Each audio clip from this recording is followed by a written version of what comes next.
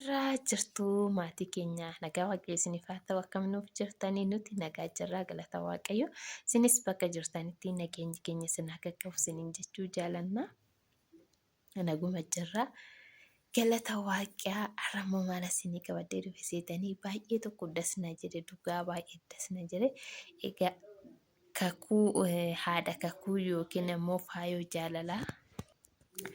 Innaa haadha faayoo jaalalaa yookiin haadha kakuu haadha ijoollee lamaati hin beektanii nama jabduudha dubartii baay'ee cimtuu tokko naa hin beektu jechuudha. Dhugaa baay'ee ijoollee Oromooti fakkeenya taati gobaziidha. Akka nama kamiiyyuu ishiinis biyya Arabaa turtee galtee bakka yuutuubii hojjettee gobazii taatee jijjiirama qabdu jechuudha aga tokko. Ijoolleen baay'een keenya yoo galle yuutuubii hojjenna maal jenna kana goonenna garuu yoo san galmaan hin geenyu dhiisnee garuma eessatti deemne garuma biyya Arabaa inna kanaaf egaa maal seetanii irra maal isinii qabadhee dhufe seetanii faayoon baga gammaddi obboleettii keenya baga waaqayyo milkeessee inna milkooftee amma gara biyya Arabaa Kuweet deemaarti. Kuweet baname hojii eegalee jira dhugaa anillee hawwiin keessan ture inna garuu naaf hin taane akkuma duukaa isiniin jedhe faayoon amma milkooftee deemaa jirti baay'ee tokko dasina jedhee sababbiin garuu faayoon deemaa jirtuuf jechuudha dhugaa yeroo kana jireenya nama jibbisiisa dhugaa waaqa baluma dubartiititti baluma dhiiraatitti baqa jireenya namaa bultii namaa diigamaa jira jechuudha. Keessattuu shamarran jechuudha abbaa manaa jananii maal jedhanii haasaatti as fuudhanii dhiirri tokko illee haasaa gahaa dubartiin tokko haasaa geesse agarsaa namaa jechuudha. Wanna kana nagayina akkanaaf kaasuu ta'a aniif kaasuun haasaa namaa nageenyu kaasuunis haasaa namaa naga'u anis haasaa namaa nageenyu jechuudha. Waan balleessines wallollee yookiin immoo namni hin jiru tidaarii keessatti waan baay'ee jira waan ta'eef anumaaf isatu teechisee ol gorsee kanatu badee kanaa deebi'i. Naan jira waan balleesse yoo inni balleesses immoo kaasuu kanatu balleessiteertaa bakka kana dogongorteertaa deebi'i akka karaarraa milittee deebi'i waliin jechuudha.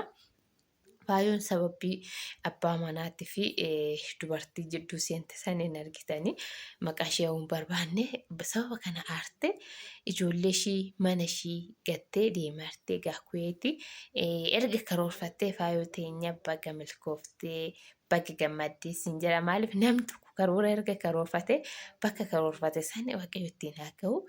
Gammachuu keenya jechuudha gammachuun ishii dhugaa baay'ee dasna jedhe anillee kanan karoorfadhee tureeyyuu egaa naaf hin taane ammas waaqayyo jedhe immoo guyyaa tokko manaa milkaa anaafis jechuudha. Inni akkuma isiniin jedhe operaasyoonii yoo go'ee saniin boodatti hin danda'ama rakkoon qabu na fakkaate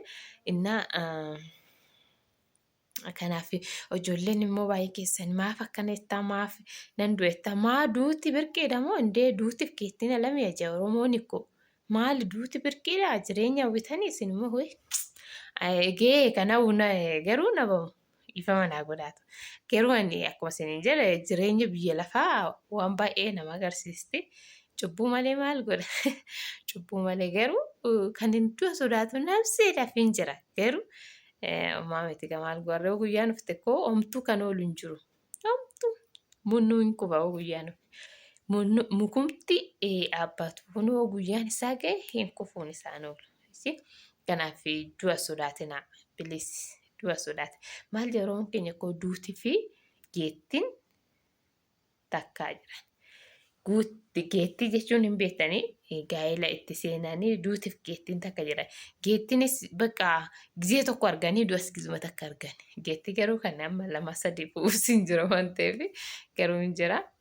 Akka duraanis akkas ture. Innaa kanaaf kan kun akkuma dhuguma sobaa miti bichallee maal akka ta'e isinitti agarsiisuu nan danda'a. Isinitti himuu nan danda'a jechuudha rakkoon qabu. Kanaaf obboleewwan keenya immoo waa'ee manaa irratti na gaafatanii mana ganama guyyaa irra garsiniisi ganama jechuudha.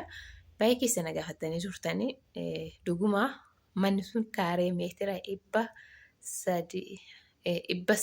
325 kaartaa hin qabaa. Waagaan isaa akkamitti hirkaashaa jettan immoo waagaan mana lafa bituurra mana wayyaa waa gargaashe garuu abbaan mana sanii miliyoona yaamaa ture duraanii.